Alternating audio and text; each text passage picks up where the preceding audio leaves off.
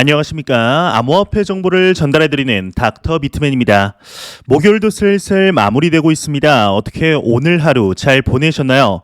최근 날씨도 많이 풀리면서 어디 놀러가기 딱 좋은 날씨가 이어지고 있습니다. 이에 암호화폐 시장도 이 푸근한 날씨에 영향을 받고 있는 것 같은데, 이런 시장 상황 속에 암호화폐 시장에는 정말 많은 소식들이 나오고 있습니다. 오늘 남은 시간도 잘 마무리하시길 바라면서 내용 바로 시작하도록 하겠습니다. 구독과 좋아요, 알림 설정 부탁드립니다.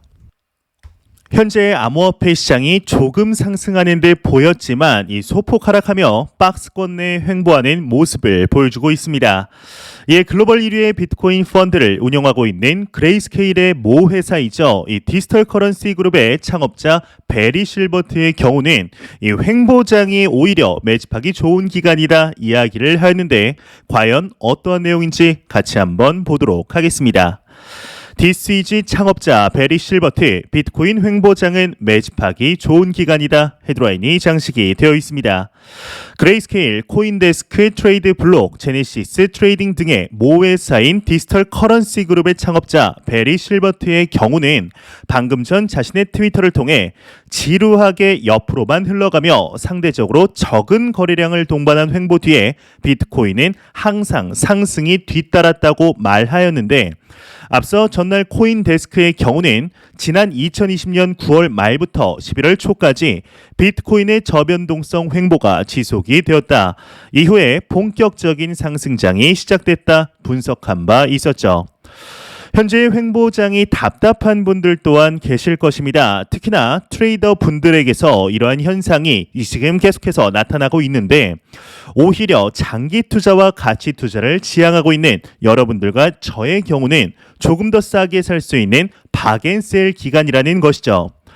이러한 소식과 더불어서 이제 지난 2020년 10월부터 시작된 암호화폐 시장의 상승세, 그리고 2021년 5월부터의 하락세, 또다시 상승세와 하락세를 거듭하며 변동성이 심화되었던 지난 날들을 이제 볼 수가 있었습니다.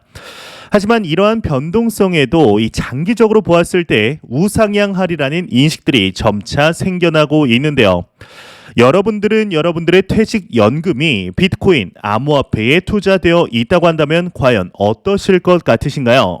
아무리 암호화폐에 투자를 하고 있지만 이 퇴직연금까지 암호화폐에 투자되어 있다면 조금은 거부감이 들 수도 있을 것 같은데, 하지만 금융의 중심이죠. 이 미국에서는 인식이 조금 다르게 진행이 되고 있는 것 같습니다.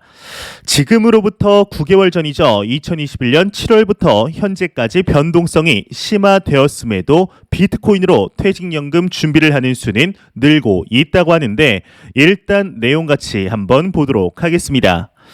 미 퇴직연금 암호화폐 투자 플랫폼 9개월간 거래량이 무려 60% 증가했다 헤드라인이 장식이 되어 있습니다.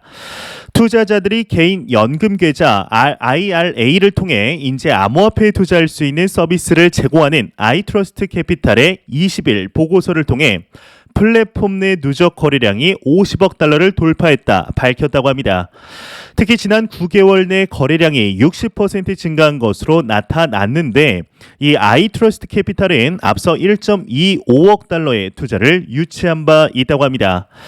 현재 미국이나 이 기타 서방 국가들에게서 비트코인을 이용한 퇴직연금의 계좌 수가 꾸준히 늘어나고 있는 중입니다. 하지만 참 아쉽게도 아직까지는 우리나라 대한민국에서는 조금 더 지켜보아야 할 텐데요. 확실히 2년에서 3년 만에 이 시장이 얼마나 사회적 지위가 올라왔는지, 그리고 인식이 개선되었는지를 알려주는 지표이지 않을까 싶습니다. 이러한 소식과 더불어서 이제 작년이죠. 2021년 5월 암호화폐 시장의 대규모 하락에 영향을 미쳤던 기업이 있습니다. 바로 테슬라인데요. 이 테슬라의 경우는 비트코인이 최고다, 대규모 매입을 할 것이다, 결제 수단으로 포함시킬 것이다 라는 발언을 했다가 얼마 지나지 않아 이러한 의견을 철회하며 투자자분들의 혼란을 가중시켰습니다. 이에 일론 머스크의 경우는 테슬라가 가지고 있는 비트코인을 모두 팔아버리겠다라는 발언을 하게 됨으로써 안 그래도 중국의 비트코인 말살 정책으로 하락하던 시장에 기름을 부어버렸죠. 이에 오늘 2022년 1분기 테슬라 실적 보고서가 발표되었는데 놀라운 결과가 나왔습니다. 내용 같이 보도록 하겠습니다. 테슬라 지난 1년 보유 비트코인 매도 매수 안 했다 헤드라인이 장식이 되어 있습니다. 테슬라가 20일 발표한 2022년 1분기 실적 보고서에 따르면 해당 기간 테슬라는 비트코인을 매입 혹은 매각하지 않은 것으로 나타났다고 합니다. 테슬라는 12.6억 달러 규모의 암호화폐를 보유하고 있으며 이는 전분기와 동일한 수준인데 테슬라의 암호화폐 보유 내역은 지난 1년간 변화가 없었다고 하네요. 지난 2022년 3월 이제 일론 머스크의 경우는 비트코인을 매도할 생각이 없다라는 발언을 한 적이 있었는데 그간 일론 머스크의 행보를 보게 되면 참 이게 뭐 하는 건지 만나면 뒤통수라도 한 대 때리고 싶은 분들이 많으실 것 같은데요.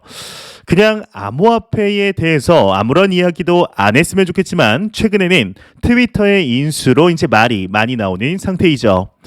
예, 비트코인에 대해서 특별하게 이야기를 하고 있지는 않은 상태인데 그냥 이렇게 아무런 이야기 쭉 안 하기를 바래 보겠습니다. 아마 저와 같은 생각 대부분의 투자자분들 생각과 동일하지 않을까 싶네요. 이러한 소식과 더불어서 이제 최근 암호화폐 시장이 글로벌적으로 제도권 안으로 들어감에 따라 많은 국가들에게서 소식들이 나오고 있습니다. 그중에 대표적으로 친화적인 모습을 보이던 국가가 있는데 바로 호주입니다. 이 호주의 최대 은행이라고 불리우는 이 커먼웰스 은행의 경우는 현재 암호화폐 매매 및 커스터디 서비스를 이미 시행하고 있는데 이 대한민국으로 치자면 농협이나 우리은행과 같은 1금융권 은행에서 암호화폐 매매가 가능한 것이죠. 예, 오늘 새로운 소식이 나왔습니다. 은행들에게 암호화폐 사업 계정을 동결하지 말라는 가이드라인이 나왔다고 하는데요. 정확히 이게 어떤 내용일지 같이 보도록 하겠습니다. 호주 금융감독원 은행들 암호화폐 사업 계정 동결 말아야 한다 헤드라인이 장식이 되어 있습니다. 코인텔레그래프에 따르면 호주 금융감독원이 랜섬웨어 금융범죄 탐지 및 신고 가이드라인을 발표, 은행들에게 디뱅킹 즉 암호화폐 사업 계정을 동결하는 관행을 하지 말 것을 주문했다고 하는데요. 이는 합법적인 사업체를 범죄자로 오인하도록 하고 자금 세탁 및 테러 자금 조달 위험을 키울 수 있다는 지적이라고 합니다. 또한 현지 기업들이 신규 서비스의 갑작스러운 대규모 거래, 휴먼 계정 이체 등 랜섬웨어 공격이 의심될 만한 정황을 포착하면 신속히 호주 사이버 보안센터 등 규제기관에 보고할 것을 제안했다고 하네요. 참 유의미한 일이 아닐까 싶습니다. 이 정부 기관에서 암호화폐 시장에 대해서 직접적인 옹호 발언들이 나온다는 것이 쉽게 찾아볼 만한 죄송합니다. 말이 왜 이렇게 꼬이는지 다시 들어가 있습니다. 쉽게 찾아볼 만한 소식들은 아니었는데 이 소식과 더불어서 호주의 금융감독청에서 이제 또한 놀라운 소식이 나왔습니다. 일단 내용 먼저 보도록 하겠습니다. 말이 안 꼬이는 이야기 좀 나왔으면 좋겠네요. 네, 호주 금융감독청 내년 공인금융기관 암호화폐 취급 여부를 협의하겠다 헤드라인이 장식이 되어 있습니다. 호주 금융감독청이 암호화폐에 대한 위험 관리 및 정책 로드맵을 제시하면서 내년 공인예금 수취기관, 즉 쉽게 말하면 이제 은행이라고 보시면 좋은데요.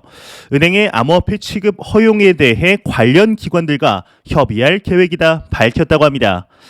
이는 은행들의 암호화폐 보유 조건에 대한 국제결제은행 BIS 바젤위원회의 규정에 따른 것인데 APRA는 올해 중반 암호화폐 건정성 기준의 초안을 공개할 예정이며 결제용 스테이블 코인의 기존 이제 규제 프레임워크를 적용하기 위한 작업도 진행 중인 것으로 전해졌다고 합니다. 또한 이제 리스크 관리 관련 APRA는 모든 규제 대상이 암호화폐 관련 활동을 시작하기에 앞서 적절한 실사 및 포괄적 리스크 평가를 수행할 것을 제시하였는데 또한 이들이 증권투자위원회의 모든 공개 규정을 준수해야 하며 암호화폐 관련 활동에 대해 불명확한 부분이 있다면 소명해야 한다 밝혔다고 합니다. 얼마 전 이제 호주 최초로 현물 비트코인 ETF가 승인이 된 이후 긍정적인 언급들이 많이 나오고 있습니다. 이러한 물결은 이제 막 시작이라는 점을 잊지 않으셨으면 좋겠는데요. 여러분들은 만약 주거래 은행 어플을 통해 암호화폐의 매매와 보관, 전송이 가능해진다면 어떠실 것 같으신가요? 이를 암호화폐에 투자하지 않는 사람들이 본다면 과연 어떠한 생각이 들게 될까요? 현재 은행이라는 이미지는 이 거래소와 비교하였을 때 당연히 비교도 안 될 정도로 신뢰도가 높은 기관이죠. 나의 자금 대부분을 포함하고 있는 은행에서 암호화폐 매매가 이루어진다. 이 시민들의 대규모 인식의 변화는 너무나 당연한 결과가 될 것입니다. 이러한 흐름들이 이제 단순 뇌피셜이 아닌 실제적인 모습들로 전 세계에서 이루어지고 있습니다. 또한 중요한 것은 이제 막 이루어지고 있다는 것이죠. 이러한 시장의 모습 속에 현재 암호화폐 투자를 하고 있다는 것 자체가 참 흥미로운 일이 아닐까 하는 생각이 드는데요. 이러한 소식과 더불어서 현재 전 세계적으로 높아져가는 인플레이션의 문제는 이미 여러분들도 잘 아시리라 생각이 듭니다. 지난 3월 소비자 물가지수의 경우는 8.5%를 나타내며 시장의 예상치였던 8.4%와 비슷하게 나타났으나 1981년 12월 이래 최고치를 나타내게 되었죠. 이뿐만 아니라 생산자 물가지수의 경우 또한 11.2%를 나타내며 역대 최고치를 경신하게 되었는데, 이에 연준의 경우는 빅스텝이라고 불리는 50bp 인상을 다가오는 5월 시행할 것으로 예상이 되고 있습니다. CME 패드 워치에서 이를 확률로 계산하였다고 하는데, 또한 6월 인재 회의에 대한 결과도 분석을 하였습니다. 자세한 내용 같이 보도록 하겠습니다. CME 패드 워치 연준 5월 기준금리 50bp 인상 확률 90% 이상이다. 헤드라인이 장식이 되어 있습니다. 20일 미국 시카고 상품 거래소 패드 워치에 따르면 연방 기금 선물 시장에서 미국 연방준비은행이 올해 5월 회의의 기준금리를 50bp 인상할 가능성이 무려 90% 이상으로 점쳐졌다고 합니다. 또한 6월 회의에서 기준금리 50bp 추가 인상 가능성이 51%, 75bp 인상 가능성도 45%로 높아졌다고 하는데, 메리 데일리 샌프란시스코 연방준비은행 총재는 이날 연설에서 금리 인상을 신속하게 단행해야 한다 주장을 하였다고 합니다. 이 데일리 총재는 추가적으로 나는 올해 연말까지 중립으로 가는 신속한 행진을 신중한 경로라고 보고 있다라고 말하였으며, 이 중립 금리는 2.5% 부근이 될 것이라 설명을 하였다고 하네요. 지난 2020년 3월 이 코로나 바이러스가 창궐한 이후에 미국은 전례 없던 달러 풀기에 집중을 하였습니다. 2차 대전에 버금가는 양적 완화를 진행한 결과 그에 대한 부작용을 현재 겪고 있는데요. 여러분들도 잘 아시리라 생각합니다. 이에 대해 여파는 현재 우리나라 대한민국에도 영향을 미치고 있죠. 이 OECD 물가 상승률은 7.2%로 31년 만에 최고치를 나타내고 있으며, 대한민국의 소비자 물가지수 또한 4.1%가 상승하며 10년 3개월 만에 최고치를 나타내고 있습니다. 이러한 물가 상승에 한국은행 또한 기준금리를 연 1.5%로 인상하며 물가 대응에 총력을 기울이고 있는데, 주택담보대출의 금리 또한 6%를 돌파하며 참 어려운 상황들이 이어지고 있는 중이죠. 이에 암호화폐 투자자들 또한 이제 다가오는 5월 정말로 50bp의 빅스텝이 현실화된다면 암호화폐 가격뿐만이 아니라 이 위험 자산군들에 대한 대규모 하락세가 벌어지는 것이 아니냐라는 우려의 목소리가 나오고 있죠. 하지만 개인적으로는 그렇게까지 걱정할 만한 상황은 펼쳐지지 않을 것으로 보이는데요.